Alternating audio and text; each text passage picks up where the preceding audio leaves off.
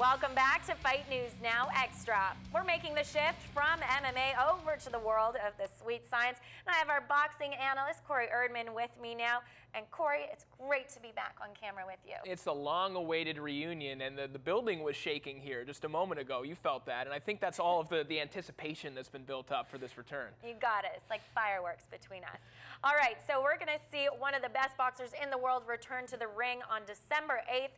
It's Manny Pacquiao, and there has not been an opponent chosen for him yet, but it'll likely be Juan Manuel Marquez or Timothy Bradley. Who do you think would put on the best show against the Pac-Man? Well, I think it's been proven that Juan Manuel Marquez would put on a better show than Timothy Bradley, and we have 3 pieces of evidence to suggest that in the 3 fights that he's had with Manny Pacquiao. Those 2 styles just mesh, and they've come together for 3 excellent fights.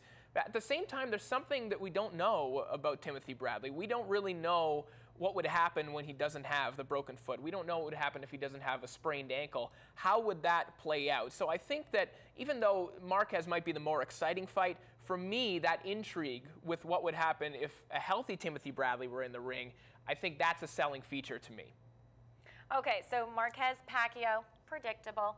Bradley, Pacquiao, a few question marks. Do you think Pacquiao was robbed in a split decision loss to Bradley in that last fight? Well, the prevailing opinion is that he was robbed. And if you're watching that fight on television, I can see why. Because the crowd was reacting to everything that Manny Pacquiao was throwing. And Jim Lampley was really losing his mind over everything that Manny Pacquiao was throwing. But if you go back and watch that fight, if you slow things down, there were a lot of those punches that Pacquiao was getting credit for that weren't actually landing. Timothy Bradley was parrying a lot of those shots. He was picking a lot of them off, and he was stepping out of range and getting away from a lot of those. So I think it was a closer fight than what Timothy Bradley was given credit for, and that's why I kind of want that fight to happen instead of the Marquez fight, because I think he deserves a chance to prove whether or not that was a robbery and whether or not it was a fluke.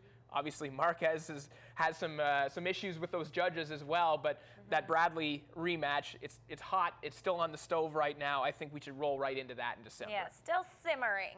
Okay, so that's going to be December 8th. Hopefully, we'll hear who his opponent is soon.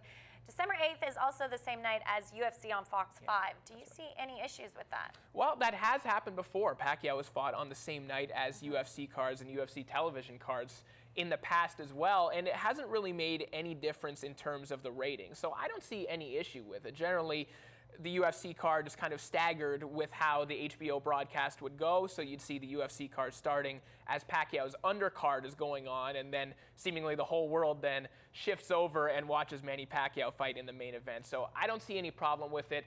For me, I think it's just a fantastic day for combat sports fans in general. Absolutely.